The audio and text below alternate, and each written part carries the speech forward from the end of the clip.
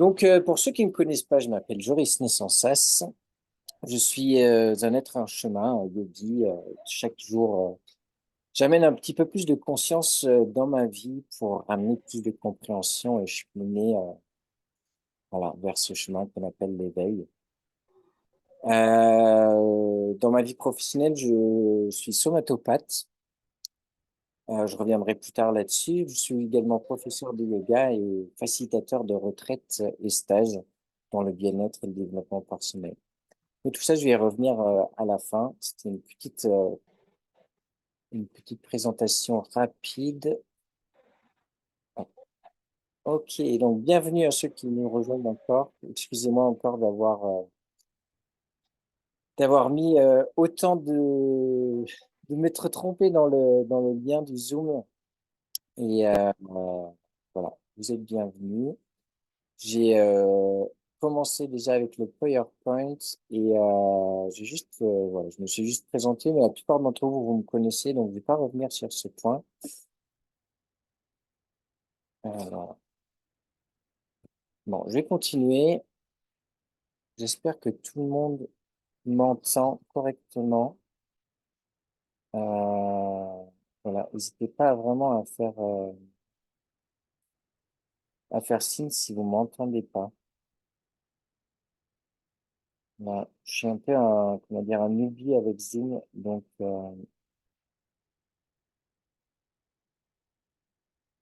ok, allez, c'est reparti.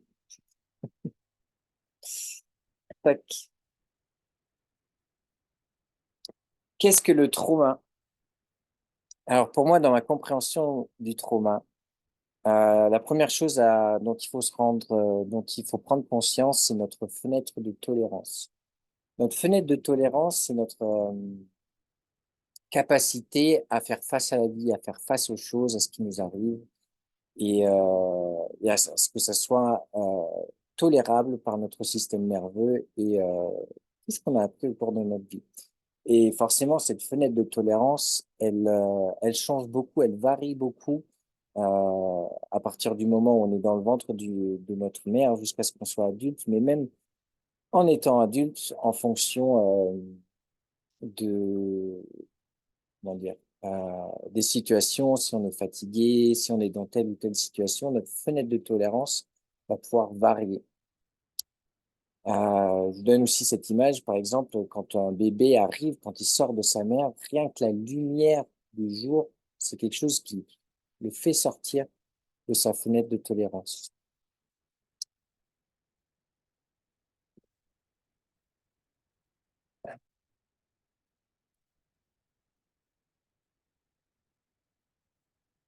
Je regarde en même temps aussi vos messages.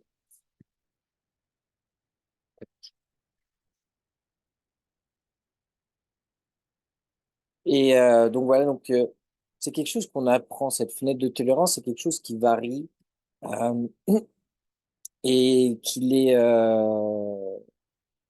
important d'en prendre connaissance en fait, et de pas aller aussi dans des situations où on sait que forcément ça va exploser et on va sortir de cette fenêtre de tolérance.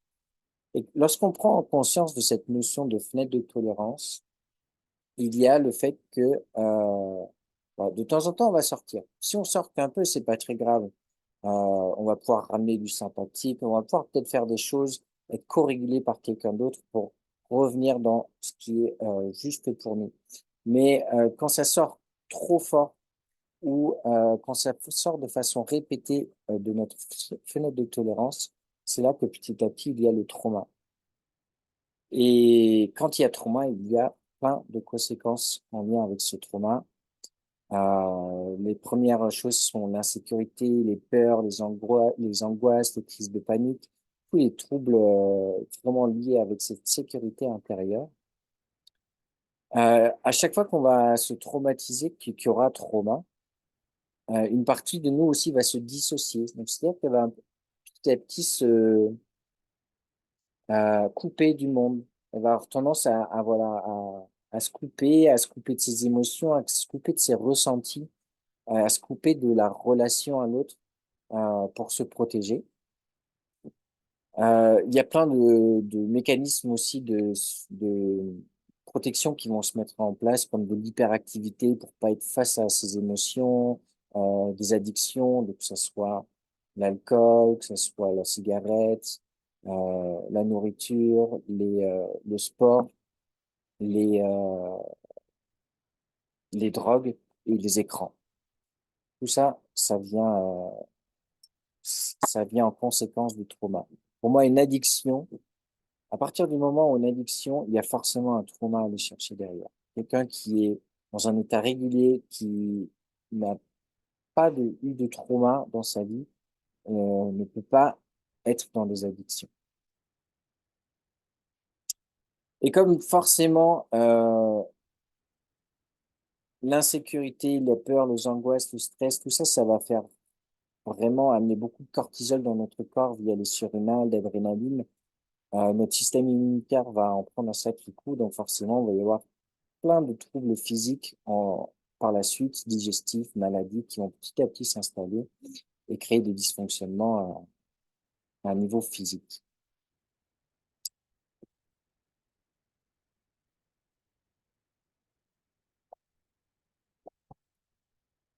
Alors, la théorie polyvagale de Stephen Porges, ou Porges, je ne sais pas comment on prononce son nom, qui est un Américain. Euh, Cette théorie polyvagale, elle a mis en lien quelque chose qui, pour moi, a changé beaucoup de choses.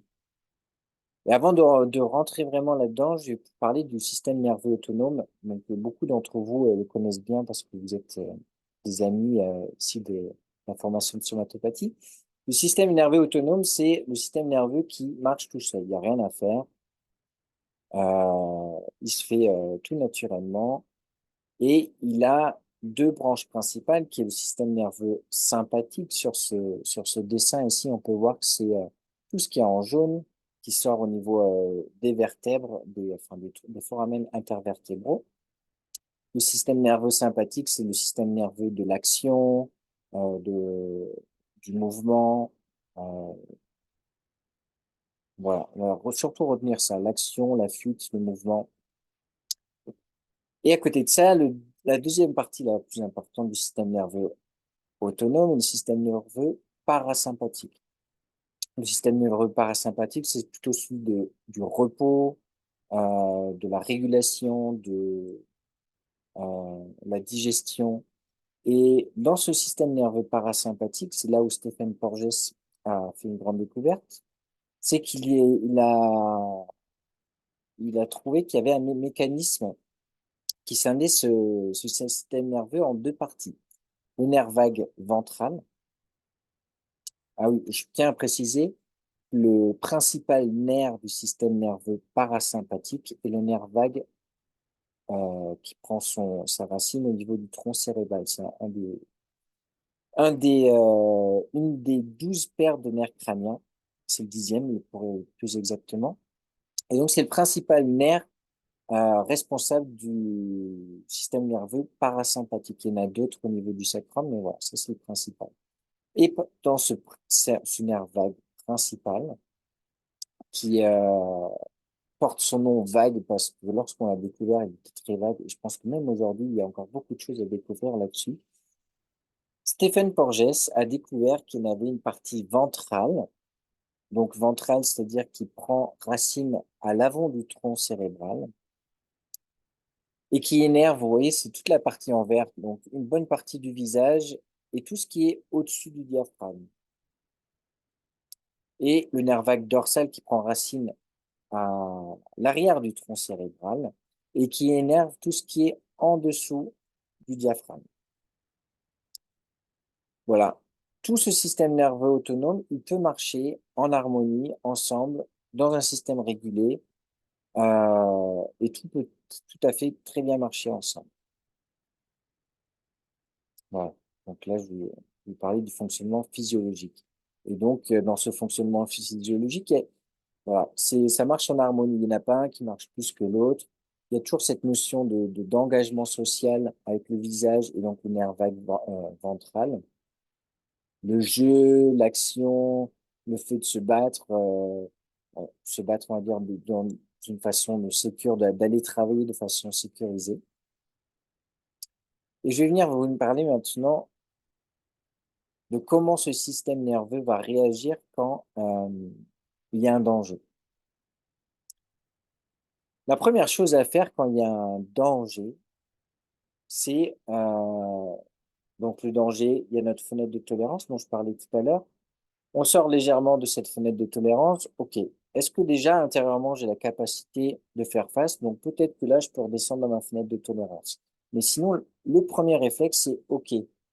Je vais me mettre en lien avec quelqu'un qui est autour. Est-ce qu'il y a des personnes autour de moi qui sont capables de me réguler, qui, elles, leur fenêtre de tolérance n'a pas été exposée par ce qui est en train de se passer et elles peuvent nous aider à accueillir.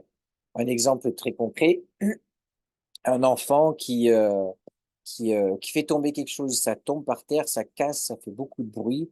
L'enfant, il comprend pas, ça sort de sa fenêtre de tolérance.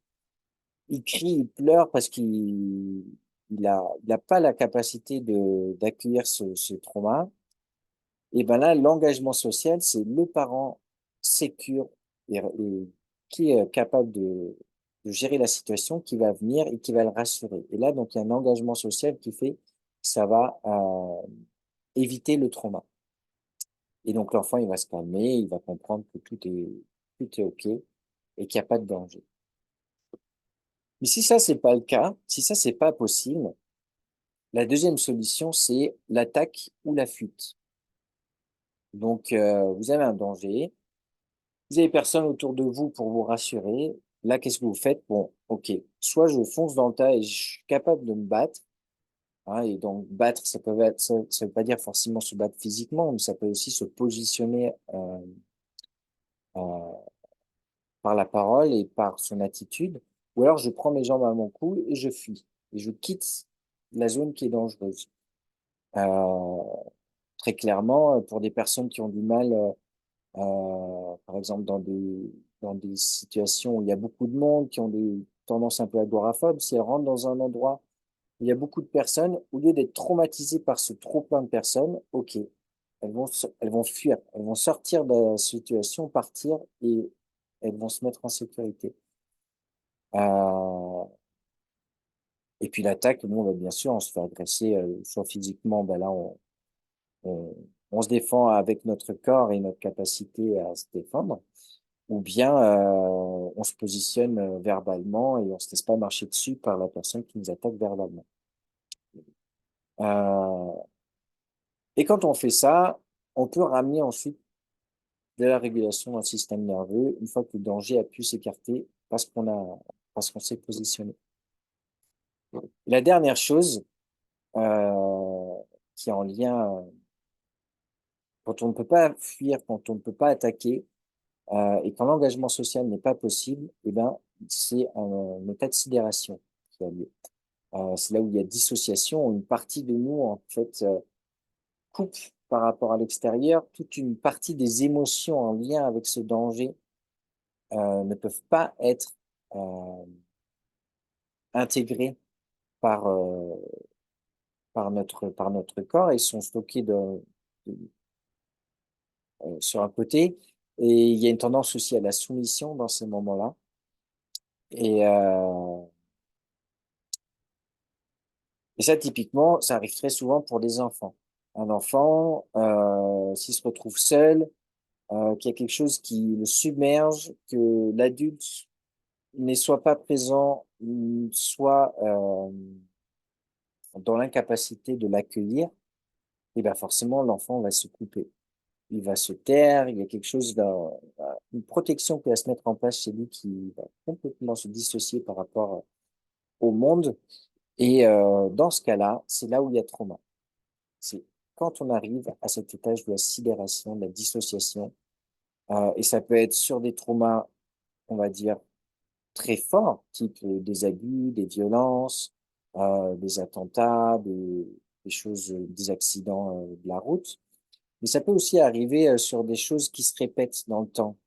Et par exemple, qu'à chaque fois qu'un enfant qui pleure, qui demande de l'aide, son parent ne vient pas, ne vient pas pour l'accueillir, petit à petit, l'enfant, il va se dissocier, il va se couper, il va se dire, ce monde, il est trop dangereux, il faut que je me coupe de tout ça, parce que sinon, je vais pas m'en sortir.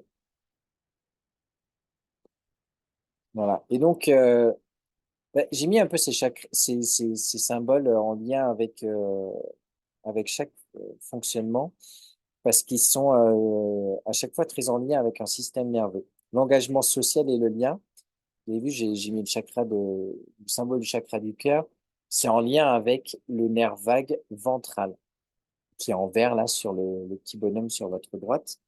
Euh, donc l'engagement social, c'est le nerf vague ventral.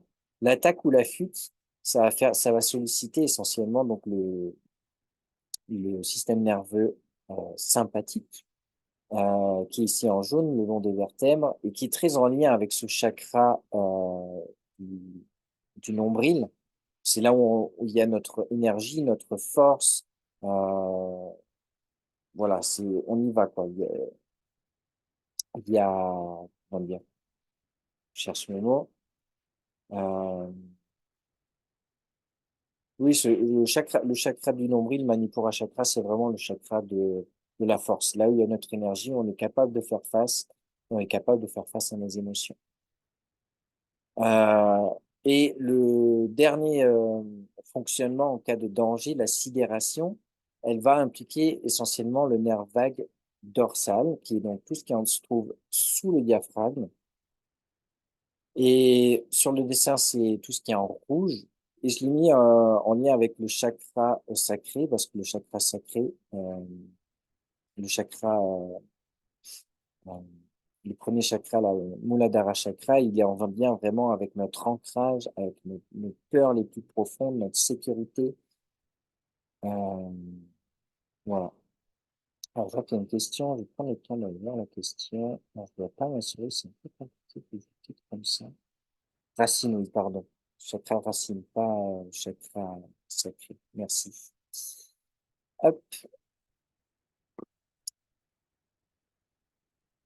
L'attaque ou la fuite, la sidération, la dissociation, la soumission. Donc voilà, il y a un danger. Première chose que je fais, je regarde. Est-ce que je peux me réguler avec quelqu'un qui est autour? Ou est-ce que je suis en capacité d'être en lien avec moi-même et de m'autoréguler? Deuxième possibilité, si je peux pas trouver de lien social ou de m'autoréguler, l'attaque ou la fuite. Je rentre dans le tas ou je prends mes jambes à mon cou. La dernière solution, je fais le mort. Une gazelle, quand elle a failli se faire choper par un lion, ou, et que pendant ce moment-là, elle n'a pas pu fuir ou attaquer, donc elle ne va pas attaquer, elle va se couper, elle va faire la morte, la gazelle.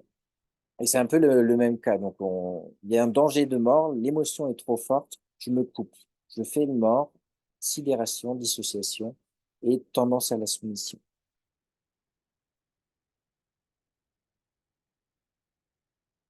Et le premier pas là-dedans, c'est de reconnaître l'état de notre système nerveux.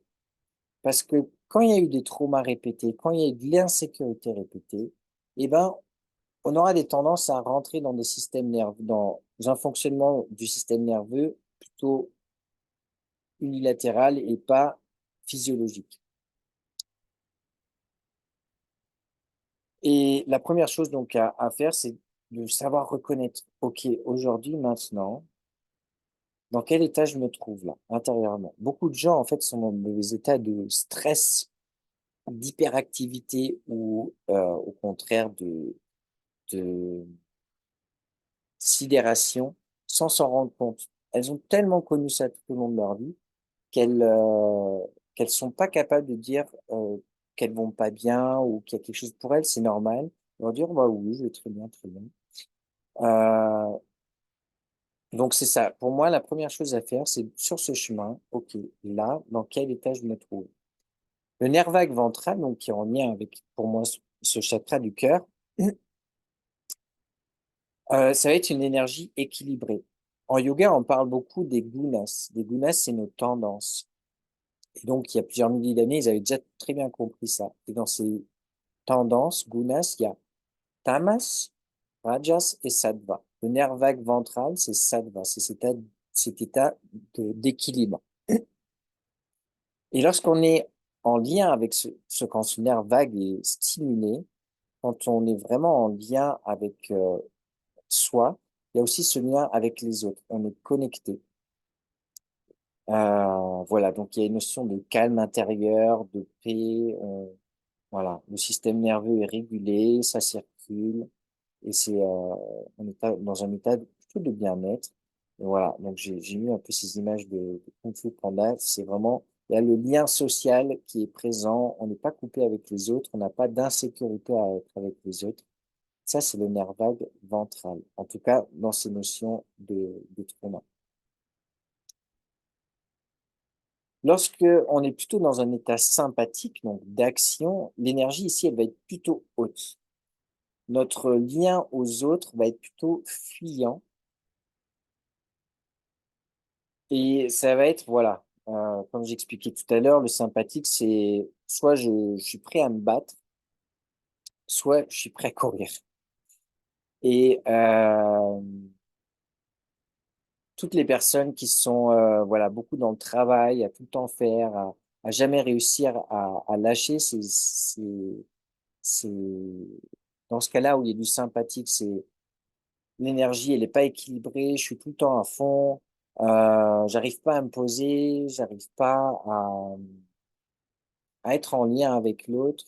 Euh, Si je m'arrête, j'ai trop peur d'être face à moi-même. Voilà, ça c'est tout ce qui va être en lien avec le sympathique. Et il y a plein de sensations dans le corps qui vont être propres à chacun et en lien avec ces systèmes sympathiques. Et le nerf vague dorsal, lui, qui donc, plutôt avec notre chakra racine, notre notion de sécurité, de peur, lorsque on est dans un état dérégulé, parce que je précise quand même que ce nerf vague dorsal peut marcher aussi dans un état régulé, qu'il est en lien avec toute notre digestion, qu'il est en lien avec notre sexualité.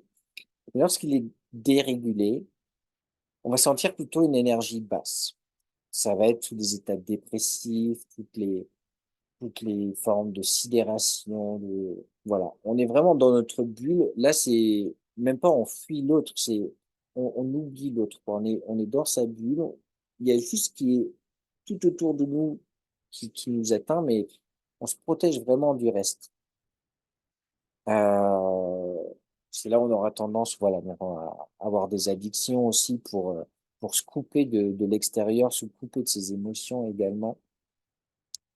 Et également, il y a le petit vélo dans la tête qui tourne parce que on est tellement coupé du monde extérieur que on se réfugie dans notre mental et on a tendance à, voilà, à penser, ressasser et tout le temps faire tourner en rond les choses.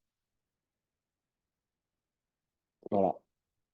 Et évidemment, tout ça, ça peut fonctionner de façon physiologique en étant dans l'action, mais tout en étant connecté aux autres, en étant dans une digestion, mais en étant en même temps dans un état sécure.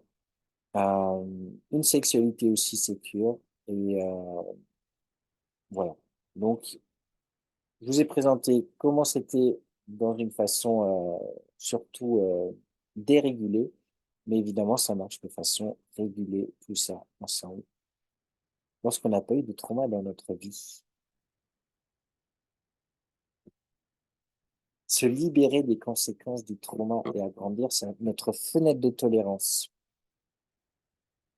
Alors la bonne nouvelle, c'est qu'on peut sortir des traumas.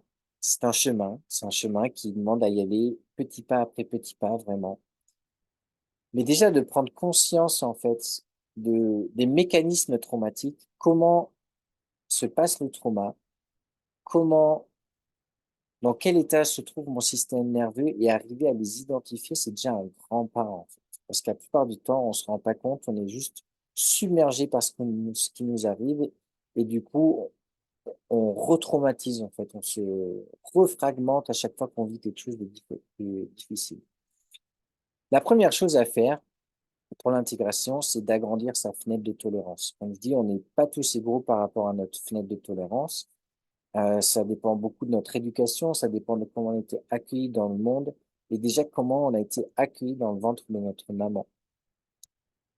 Tout ça, évidemment, ça va fluctuer en fonction de notre vie, en fonction de ce qu'on va rencontrer, de ce qu'on va faire. Et il y a plein de façons de venir agrandir cette fenêtre de tolérance. Et une des façons, entre autres, c'est de pouvoir sortir petit à petit de cette fenêtre et de vite pouvoir revenir. Donc pouvoir, voilà, avoir des activités qui viennent stimuler cette fenêtre de tolérance où je sors un tout petit peu, mais très rapidement, j'ai la capacité, le pouvoir de revenir dans ma fenêtre de tolérance.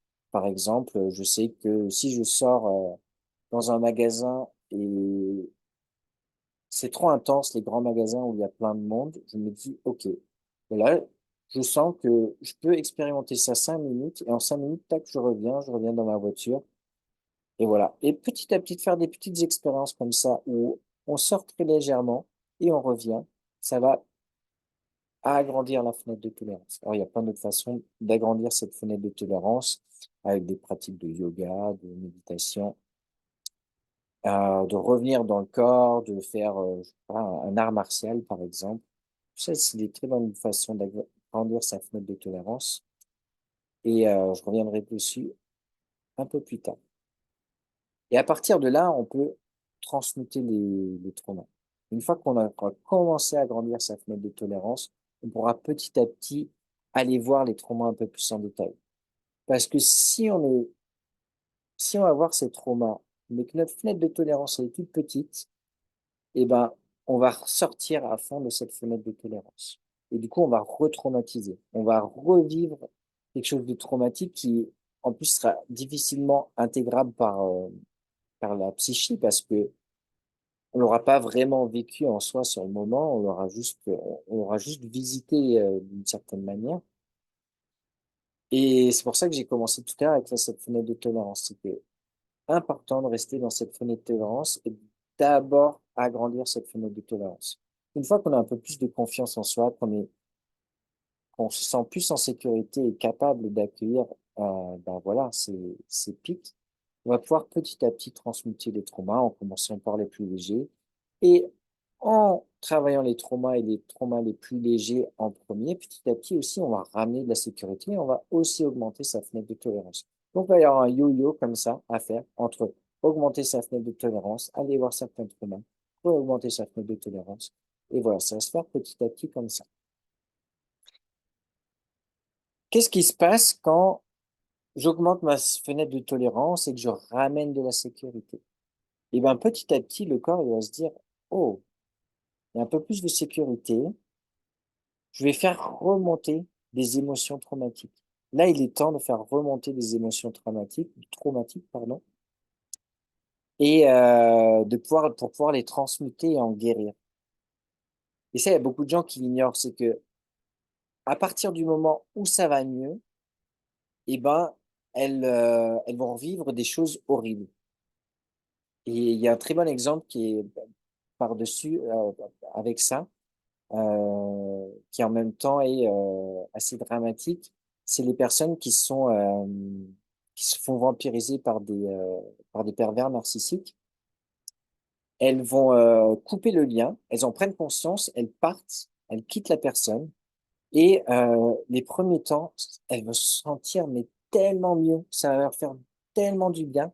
Mais en ramenant cette sécurité, en étant plus sous l'emprise de ces personnes toxiques, tout- tous les fragments émotionnels vont remonter. Et là, elles vont pas comprendre. Elles vont en général, waouh, être submergées par tout ce qui va arriver parce qu'elles comprennent pas ce mécanisme d'intégration des traumas.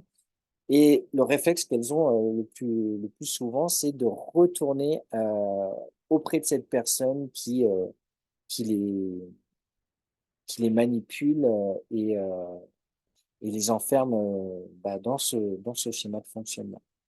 Donc voilà, c'est hyper important de comprendre que quand je ramène de la sécurité, quand je augmente ma fenêtre de tolérance et que je me ressens plus en lien avec le corps, forcément, il y a un moment où il y a des fragments traumatiques qui vont remonter. La bonne nouvelle, c'est que si on est en capacité de les accueillir, on va pouvoir les transmuter et en guérir. Et une fois que c'est fait, bah, on va vraiment se sentir mieux. C'est vraiment un cadeau de pouvoir transmuter ces, euh, ces traumas.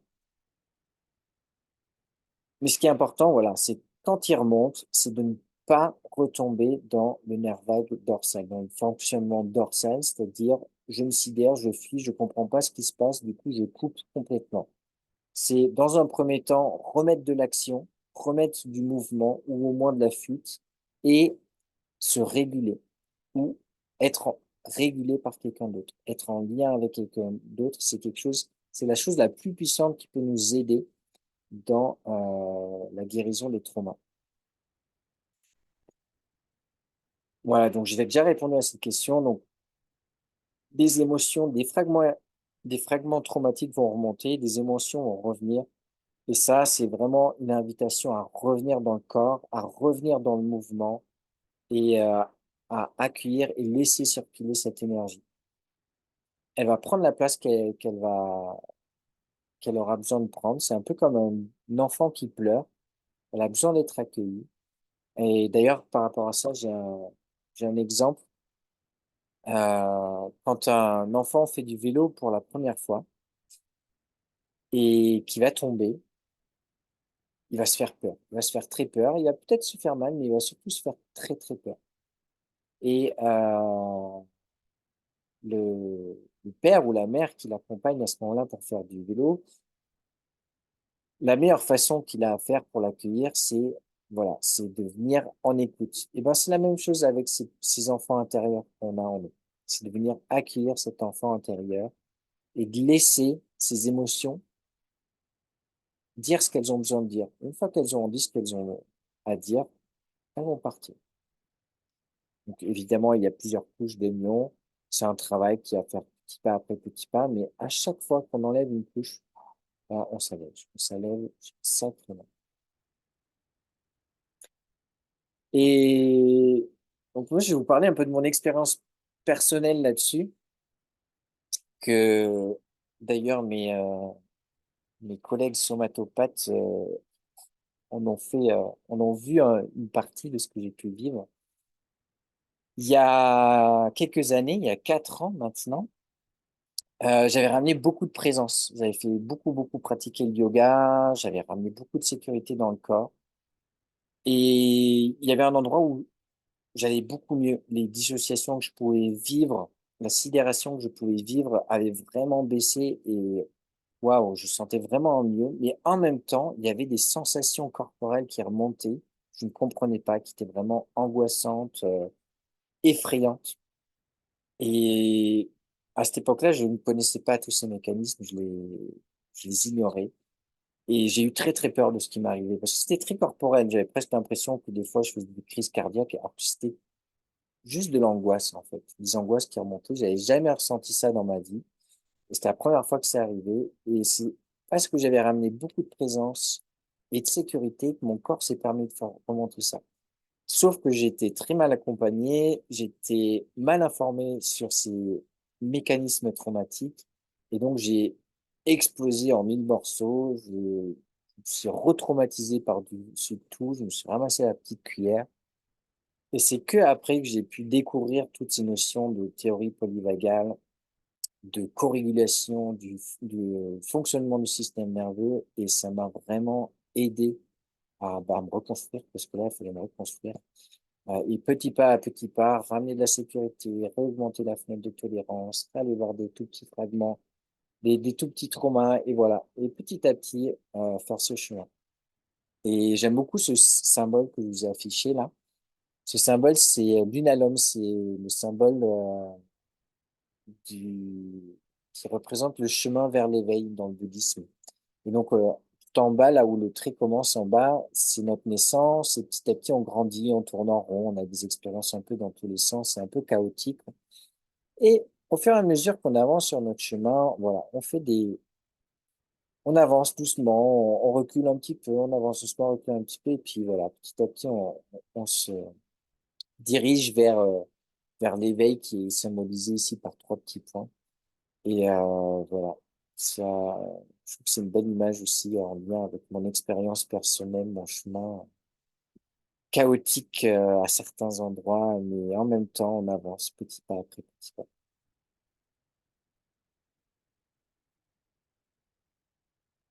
Voilà. Comme je vous en ai parlé tout à l'heure, une des notions les plus importantes, c'est cette notion de sécurité et de régulation. réguler le système nerveux et surtout venir travailler ce nerf vague ventral. C'est lui qui va ramener de la sécurité, c'est lui qui va permettre de se sentir plus en lien avec nous-mêmes, avec les autres et à pouvoir aller voir petit à petit ces traumas. Et la meilleure façon pour venir stimuler notre nerf vague ventral, c'est la co-régulation. Et le principe de la co-régulation, c'est le fait que mon système nerveux, s'il est en présence d'un système nerveux d'une personne régulée, il va pouvoir se réguler. Il va reconnaître que cette personne a un système nerveux régulé. Et elle va pouvoir, voilà, s'harmoniser avec ça. Donc, c'est ça qui est hyper important quand on est thérapeute, quand on est accueilli par quelqu'un qui nous fait vivre des choses émotionnelles, c'est que ce thérapeute puisse vraiment accueillir et rester dans un état, dans un système nerveux régulé. Si par exemple ce thérapeute, lorsque vous lui racontez votre histoire, lui, ça l'embarque dans son histoire à lui et qui sait pas quoi en faire et qui se retrouve complètement dérégulé, et ben là, il y a danger.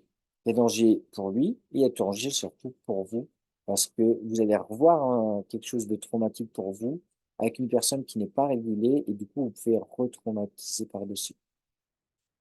Voilà, dans les petits dessins que je vous ai affiché, il y a cette notion aussi d'autorégulation, la self-regulation, dans le petit A, où on est notre capacité à s'autoréguler par notre expérience. Donc là, le bébé est en capacité de s'autoréguler, c'est assez rare, mais voilà, il va l'apprendre petit à petit à le faire.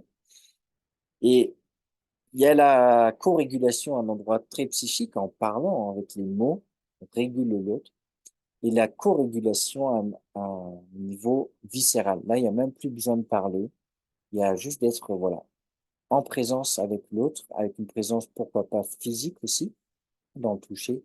Et ça, c'est la manière la plus puissante pour réguler un système nerveux. Comme je vous ai parlé tout à l'heure du petit enfant qui tombe par terre, si sa mère ou son père arrive en criant, ah, tu t'es pas fait mal, tu t'es pas fait mal, où est-ce que t'as mal, où est-ce que t'as mal? L'enfant, il va pas comprendre, il va pas se calmer à ce moment-là. Il a surtout besoin de quelqu'un qui vienne le prendre dans ses bras, qui lui dise éventuellement, tout va bien, n'aie pas peur. Et une fois qu'il sera régulé, il va pouvoir dire, ah, en fait, j'ai mal là. Parce que s'il n'est pas régulé, en général, un enfant est incapable de dire où est-ce qu'il a mal. Voilà la notion de co-régulation. Et parmi les exercices de régulation du système nerveux, de régulation non, de stimulation, on va dire, du nerf vague ventral, celui que je vais conseiller en premier, c'est la respiration. Respirer et une technique qui est très connue dans notre société occidentale, c'est la cohérence cardiaque. Faites la cohérence cardiaque au maximum, au maximum, au maximum. C'est une super façon pour venir réguler, en fait, ça va venir réguler la fréquence du changement de fréquence cardiaque et ça va se rapprocher à des états de bien-être et ça va modifier toute notre pression artérielle, toute notre physiologie, mais aussi nos ondes cérébrales. Donc, cohérence cardiaque, tous les pranayamas qui viennent des traditions du yoga sont excellentes pour stimuler le nerf vague ventral. La méditation en fait évidemment partie, une méditation guidée, mais une méditation que vous pouvez faire aussi tout seul. Soyez vigilant de ne pas tomber dans le petit vélo de la tête, parce que ça, quand on est beaucoup figé, quand on entre en méditation, on va peut-être profiter de ce moment pour tourner en boucle, tourner en boucle, tourner en boucle. Donc voilà, être vigilant par rapport à ça. Tout ce qui est mimique, venir travailler le visage, faire des grimaces, s'étirer, bâiller, tout ça, ça vient stimuler aussi le nerf vague ventral. La cryothérapie, finir la douche froide, aller prendre un bain froid, ça aussi, ça stimule le nerf vague ventral. Pareil, ces choses-là, il me semble que ça s'appelle l'hormèse, le fait d'avoir des activités physiques intenses et très courtes pour que quand on relâche, on revienne dans un état de calme. Faut quand même y aller pas de façon trop intense pour pas trop stimuler les surrénales et trop relancer encore de cortisol et d'adrénaline dans le corps parce qu'on a déjà suffisamment comme ça. Donc je l'ai mis, mais voilà, ça va être peut-être prendre 2, 3 minutes de douche froide en fin de douche ou se poser un petit bloc de froid sur le sternum. Voilà, mais il faut pas que ça vienne retraumatiser le corps ou trop activer les surrénales. Les massages font beaucoup de bien aussi et viennent réguler notre nerf vague ventral, le yoga, la danse, tout ce qui fait revenir dans le corps, hein. Les câlins, c'est voilà une excellente façon pour se réguler. Le lien social, être en lien avec les autres, c'est pour ça que toutes les personnes que j'accompagne, qui peuvent ou les personnes que je croise qui vivent des choses dures, vraiment, je vous invite. Il faut se mettre un petit coup de pied au cul, hein, des fois, c'est dire, hein, mais allez voir des gens, allez voir des gens, allez voir des gens. Bon, c'est sûr, n'allez pas voir des gens qui sont complètement dérégulés non plus, mais si vous pouvez aller en sécurité chez des amis avec des gens qui sont régulés, bienveillants, voilà. Même si vous parlez pas de ce que vous vivez, mais que vous faites passer un bon moment à jouer à un jeu de cartes ou à boire un thé et à parler et à papoter de tout et n'importe quoi, c'est une excellente façon pour stimuler le nerf vague ventral. Le chant, le chant est très réputé pour aussi stimuler le nerf vague ventral et le son primordial que j'aurais à vous conseiller, c'est le son Om et de laisser chanter et vibrer ce son Om dans la poitrine, c'est super aussi.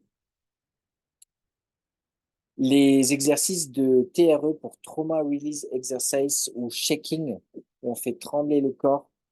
Le principe ici, c'est de copier ce que font les animaux lorsqu'ils vivent un trauma. Juste après, par exemple, la gazelle qui a failli se faire manger tout à l'heure, elle, comment dire, elle, elle va réussir à s'enfuir, elle part, elle a failli se faire manger, elle se fait peut-être un peu croquer la jambe. Et une fois qu'elle est en sécurité, elle va se cacher derrière un buisson, elle va trembler. Et elle va se laisser trembler. Et une fois qu'elle aura fini, au bout de quelques minutes de trembler, elle ira mieux.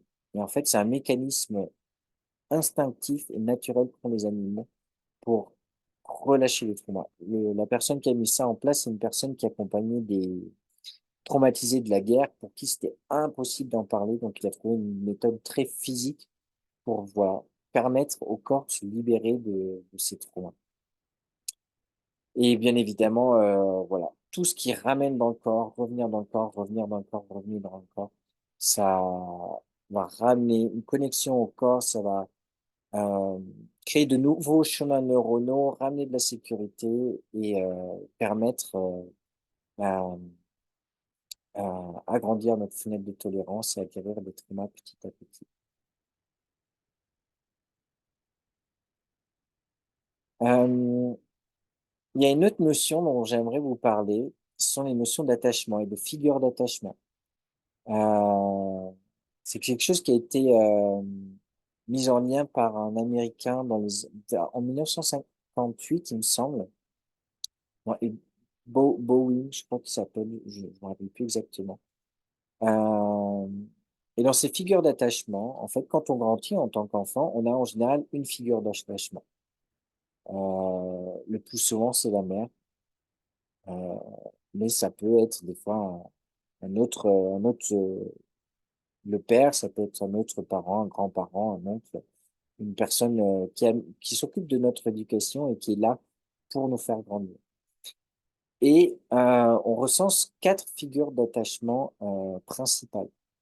Il y en a une qui est sécurisante et les 3 autres enfin, il y en a une qui aura tendance à nous apporter de la confiance, de la sécurité intérieure et à faire en sorte qu'on ait un système nerveux régulier. Et les 3 autres auront plutôt tendance à nous ramener de l'insécurité. Donc, dans ces figures d'attachement, celle qui est sécurisante, c'est celle où la mère ou le père sont régulés, sont en capacité d'accueillir l'enfant dès qu'il pleure, dès qu'il vit quelque chose de dur, de difficile, ils sont là et ils peuvent l'accompagner. Et donc l'enfant derrière, il va se sentir en confiance, il va pouvoir explorer l'environnement et voilà, faire ses allers-retours entre je pars, je quitte on va dire, le foyer en sécurité. Et si je ressens un peu d'insécurité, je reviens et je sais que je peux revenir et que je serai accueilli dans ce que je peux vivre. Après, il y a la relation d'évitement. La relation d'évitement, c'est en général quand le parent va être très strict, il va laisser aucune place à l'enfant pour ses émotions. Et il va plutôt avoir tendance à le rejeter, à le critiquer, à réagir avec colère, punition. Il va pas être très dans le physique, dans le toucher. Et l'enfant, en fait, petit à petit, il va voir que ses émotions ne sont pas venues. Il va se couper de ses émotions petit à petit. Il va être très autonome. Le lien avec les autres va être très distant. Et voilà, ça développe du stress, de la peur. Touche de toute façon les trois autres mécanismes amènent du stress et de la peur. Mais voilà, c'est donc l'enfant va éviter d'exprimer ses émotions. Il va se couper de ses émotions et voilà. Ça, c'est pour la relation d'évitement. La relation ambivalente, c'est lorsque le parent, il va être en capacité à certains moments d'accueillir l'enfant et à d'autres moments d'être complètement dépassé et d'ignorer. Et du coup, l'enfant aura tendance à avoir un peu des crises, à exagérer ses émotions parce qu'en fait, en fait, c'est sa stratégie, hein. Sa stratégie, ça va être de, voilà, d'exacerber ses émotions, de les accentuer au maximum pour que le parent fasse quelque chose et intervienne. Il ne reste plus dans cette coupure. Euh, mais c'est ambivalent parce que des fois, le parent peut être en mesure d'accueillir l'enfant et des fois, se montre complètement insensible. Euh, voilà, c'est des enfants qui se sentent abandonnés, qui contrôlent difficilement leurs impulsions, qui peuvent être agressifs, antisociaux, hyperactifs. Et voilà. Les deux premiers donc, que je vous ai présentés, ça représente chacun entre 20 et 25% de la population, enfin des enfants, dans les schémas dysfonctionnants. Le premier, c'est 50%, 45 à 50% de la population qui a pu vivre une relation sécurisante avec ses parents. Donc, autant dire, c'est pas beaucoup. Et la dernière relation, figure d'attachement, c'est la relation désorganisée qui représente que 5% de la population. C'est vraiment là où les enfants ont pu vivre des violences, être abusés, vivre avec des parents complètement figés ou complètement addicts à certaines drogues, à certaines boissons. Euh, et du coup, l'enfant, il a un fonctionnement complètement désorganisé. Il peut pas mettre en place un comportement où il peut venir chercher de l'aide. Le premier enfant, son, sa stratégie, ça va être de se couper de ses émotions. Le deuxième enfant, sa stratégie, ça va être de les amplifier au maximum pour que le parent puisse les voir. Et le dernier, lui, il va être complètement perdu, il va jamais savoir quoi faire. Donc, c'est des enfants qui vont beaucoup se couper, qui vont pas regarder dans les yeux, qui peuvent avancer vers soi en regardant ailleurs. Euh, faut une- ils éprouvent de la colère, ils ont une faible estime d'eux-mêmes. Voilà. Et donc, ça, c'est hyper important aussi à prendre conscience et de savoir que on peut guérir ces notions de figure d'attachement. Mais c'est les dernières choses à venir guérir. En tout cas, plus on va précocement dans la vie et plus on se rapproche de la naissance, de notre naissance, plus c'est des choses à aller voir tard dans notre chemin de guérison. Voilà. Et je Avant d'en finir, j'ai envie de parler un peu des limites d'un cheminement seul. Pour moi, euh, comme je vous ai parlé là de ces figures d'attachement, pour pouvoir guérir de tout ça, il va falloir rebooter un moment à une figure d'attachement sécurisante. Et ça, c'est très, très, très difficile à faire sans une personne tierce, une personne extérieure qui a un système nerveux régulé et qui va pouvoir incarner, représenter cette figure d'attachement euh, euh, sécurisante. Et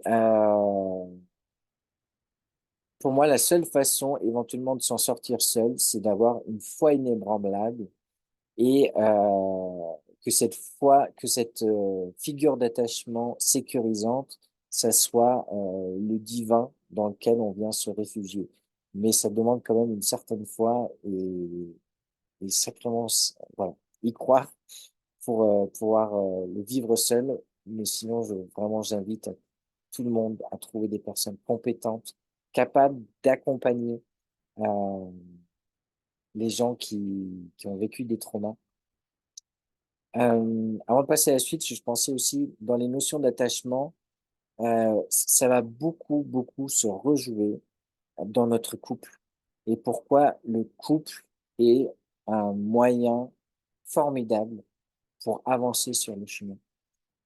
Et d'aller voir ça ensemble dans le couple, de mettre la lumière sur tous ces petits schémas euh, inconscients qui ont été mis en place dès l'enfance et qui se répètent dans le couple, bah, c'est un cadeau pour soi et pour le couple.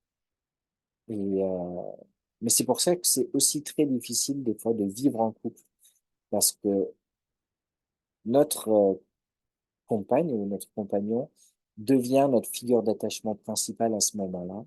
Et elle va nous refaire revivre, et il va nous refaire revivre tout ce qu'on a vécu dans notre enfance et tout ce qui n'a pas été réglé.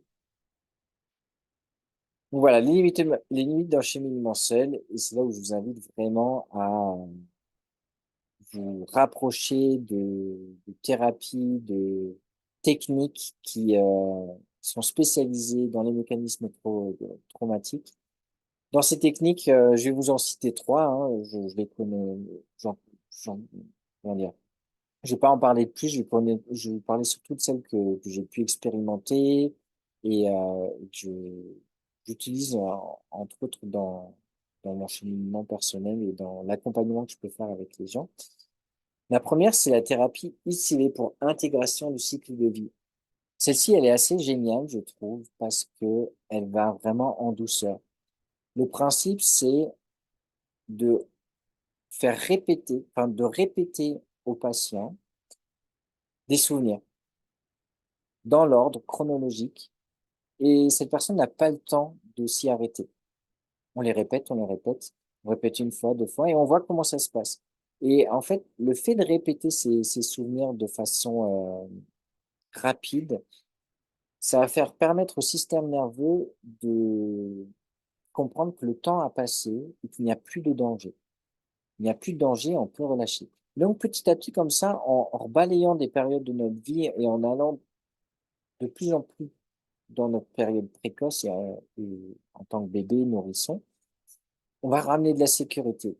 Et on va pouvoir petit à petit aller voir des traumas et continuer à faire cette intégration du cycle de vie, euh, jusqu'à aller voir ces notions de figure d'attachement.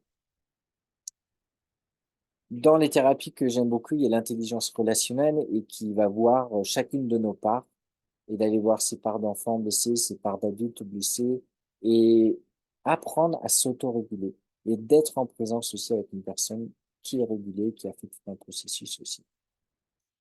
L'intelligence relationnelle et le dernier, l'internal family system qui est c'est une thérapie qui permet d'aller voir quels sont les mécanismes qui se répètent par rapport aux mécanismes qu'on pouvait vivre quand on était enfant. Et ramener de la sécurité comme ça et ramener surtout de la conscience. Et c'est en ramenant de la conscience aussi qu'on peut ramener de la sécurité et transmuter les choses. Donc voilà les trois types de thérapie, de chemin que je peux conseiller aux gens et dont je m'inspire aussi un petit peu dans mes accompagnements et dans mes requêtes. Alors pour finir, j'ai envie de vous parler un peu de mes propositions d'accompagnement. Voilà, donc vous êtes nombreux à être somatopathes comme moi. Pour ceux qui ne connaissent pas la somatopathie est une branche de l'ostéopathie qui est issue de la méthode de Poyer, qui est une ostéopathie douce, manipulative, non manipulative, pardon, où il n'y a pas de cracking, il n'y a pas de trust. Et par-dessus cela, il y a tout l'aspect émotionnel où on vient travailler sur les fascias, les os du crâne, les viscères. Et on vient mettre en lumière certains mots physiques avec des mots émotionnels, des traumas vécus durant notre vie ou de façon transgénérationnelle. Dans cette approche somatopathique, du coup, bah, j'ai forcément ma touche et ma touche qui est beaucoup en lien avec mon propre chemin, avec tout ce que j'ai pu intégrer dans la,